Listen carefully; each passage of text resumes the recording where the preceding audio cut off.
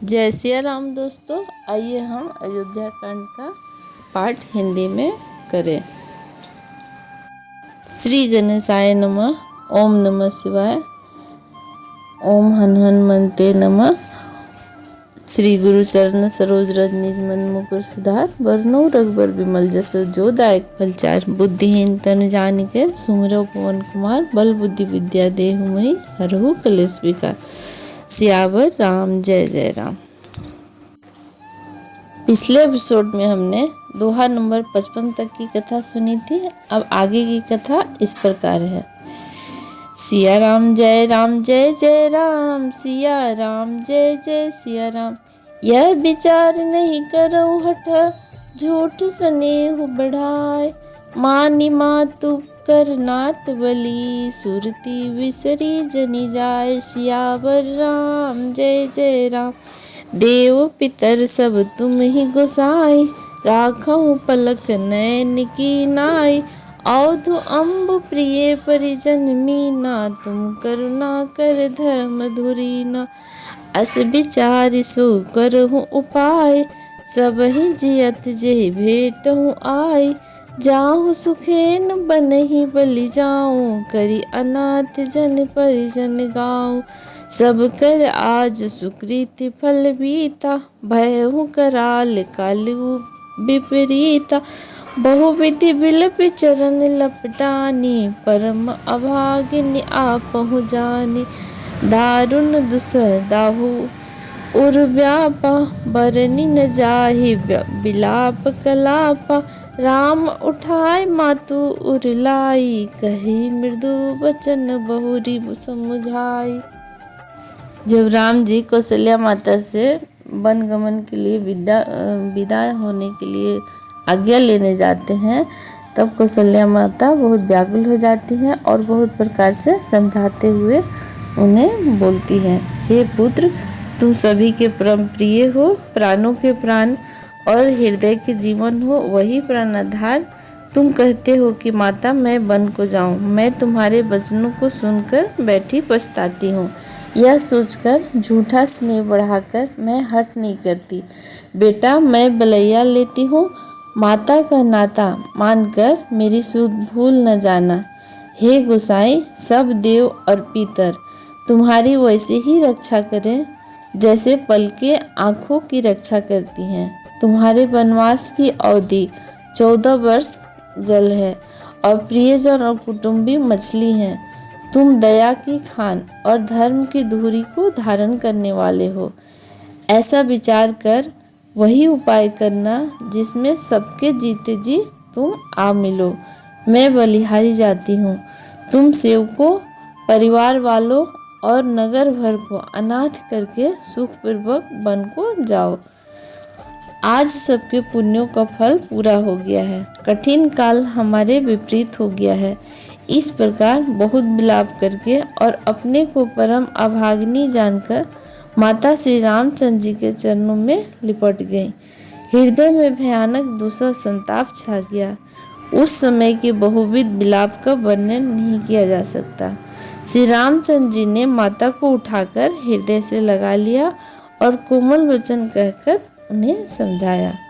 सिया राम जय जय राम, सिया राम जय जय सिया राम। समाचार ते ही समय सुनी, सिया उठी अकुलाय। जाई सासु पद कमल जुग, बंदी बैठी सिरुनाय। सियावर राम जय राम। दिन आशीष सासु मृदुबानी, अति सुकुमार देखी अकुलानी। बैठी नमित मुख सोचती सीता, रूप राशि पति प्रेम पुनीता। चलन चहत बन जीवन नाथु, केहि सुकृति सन होयहु साथु। की तनु प्राण के केवल प्राणा, विधि कर तबु कछु जाई न जाना। चारु चरण नख लिखती धरनी, नुपुर मुखुर मधुर कवि करनी। मनहु प्रेम बस विनती करहि, हम ही सियास्पद जय जनि परिहरहि। मंजु विलोचन मोचति बारी, देखि बोली देखि राम महतारी। तात सुनहु सिय अति सुकुमारी, सास ससुर परिजन ही प्यारी। अर्थात उसी समय यह समाचार सुनकर सीता जी अकुला उठी और सास के पास जाकर उनके दोनों चरण कमलों की वंदना कर सिर नीचा करके बैठ गई। सास ने कोमल वाणी से आशीर्वाद दिया। वे सीता जी को अत्यंत सुकुमारी देखकर व्याकुल हो उठी। रूप की राशि और पति के साथ पवित्र प्रेम करने वाली सीता जी नीचे मुख किए हुए बैठी सोच रही हैं। जीवननाथ यानी प्राणनाथ वन को चलना चाहते हैं। देखे किस पुण्यवान से उनका साथ होगा। शरीर और प्राण दोनों साथ जाएंगे या केवल प्राण ही इनके साथ होगा। विधाता की करनी कुछ जानी नहीं जाती। सीता जी अपने सुंदर चरणों के नखों से धरती को उदेर रही हैं। ऐसा करते समय नुपुरों का जो मधुर शब्द हो रहा है, कभी उसका इस प्रकार वर्णन करते हैं कि मानो प्रेम के वश होकर नुपुर यह विनती कर रहे हैं कि सीता जी के चरण कभी हमारा त्याग न करें। सीता जी सुंदर नेत्रों से जल बहा रही हैं। उनकी यह दशा देखकर राम जी की माता कौशल्या जी बोली, हे तात सुनो, सीता अत्यंत ही सुकुमारी है तथा सास ससुर और कुटुंबी सभी को प्यारी है। सिया राम जय जय राम, सिया राम जय जय सिया राम। पिता जनक भूपाल मणि, ससुर भानु कुल भान।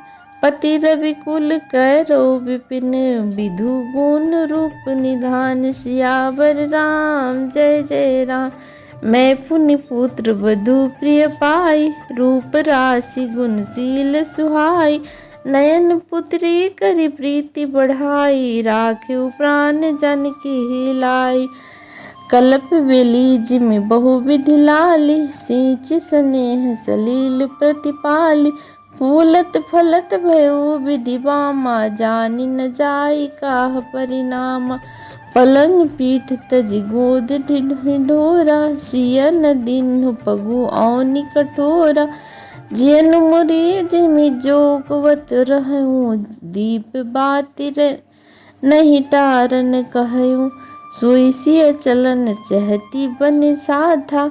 आयसु काहू होई रघुनाथा, चंदन किरण रस रसिक चकोरी। रवि रुख नयन सकई किम जोरी। कौशल्या जी कहती हैं, इनके पिता जनक जी राजाओं के शिरोमणि हैं, ससुर सूर्य कुल के सूर्य हैं और पति सूर्य कुल रूपी कुमुद दमन को खिलाने वाले चंद्रमा और गुण रूप के भंडार हैं। फिर मैंने रूप की राशि, सुंदर गुण और शील वाली प्यारी पुत्रवधू पाई है। मैंने इन जानकी को आंखों की पुतली बनाकर इनसे प्रेम बढ़ाया है और अपने प्राण इसमें लगा रखे हैं। इन्हें कल्पता के समान मैंने बहुत तरह से बड़े लाड़ चाव के साथ स्नेह रूपी जल से सींचकर पाला है। अब इस लता के फूल ने फलने के समय विधाता बाम हो गए। कुछ जाना नहीं जाता कि इसका क्या परिणाम होगा। सीता ने पर्यंक पृष्ठ यानी पलंग के ऊपर गोद और हिंडोले को छोड़कर कठोर जमीन पर कभी पैर नहीं रखा और मैं सदा संजीवनी जड़ी के समान यानी सावधानी से इनकी रखवाली करती रही हूँ। कभी दीपक की बत्ती हटाने को भी नहीं करती। वही सीता अब तुम्हारे साथ वन चलना चाहती है। हे रघुनाथ, उसे क्या आज्ञा होती है। चंद्रमा की किरणों का रस चाहने वाली चकोरी सूर्य की आँख किस तरह मिला सकती है। सिया राम जय राम, सिया राम जय जय सिया राम। करी कहरी निच चर चरही, दुष्ट जंतु बन भूरी।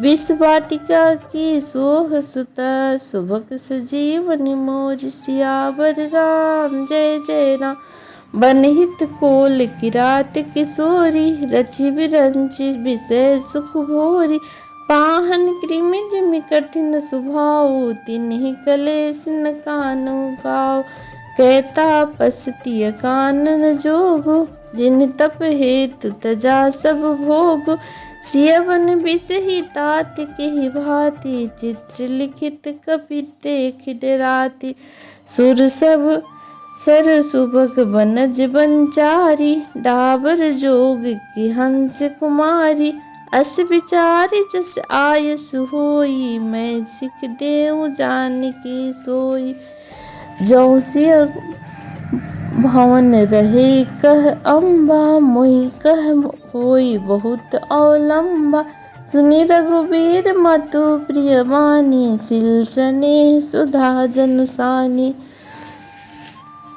अर्थात हाथी, सिंह, राक्षस आदि अनेक दुष्ट जीव जंतु वन में विचरते रहते हैं। हे पुत्र, क्या विष की वाटिका में सुंदर संजीवनी बूटी शोभा पा सकती है?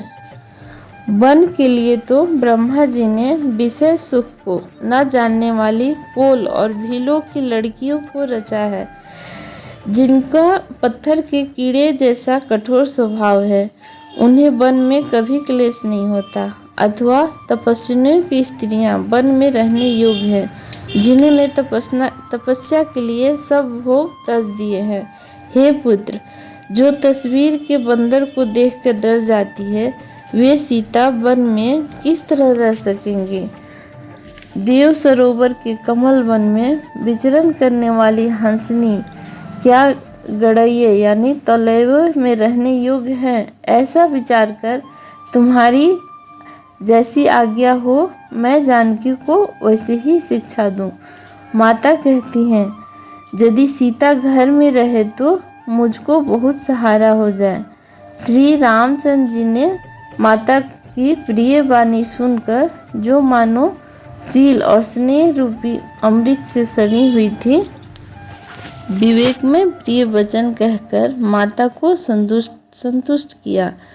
फिर वन के गुण दोष प्रकट करके वे जानकी जी को समझाने लगे। जय सिया राम। आगे की कथा अगले एपिसोड में। मास परायण 14वां विश्राम।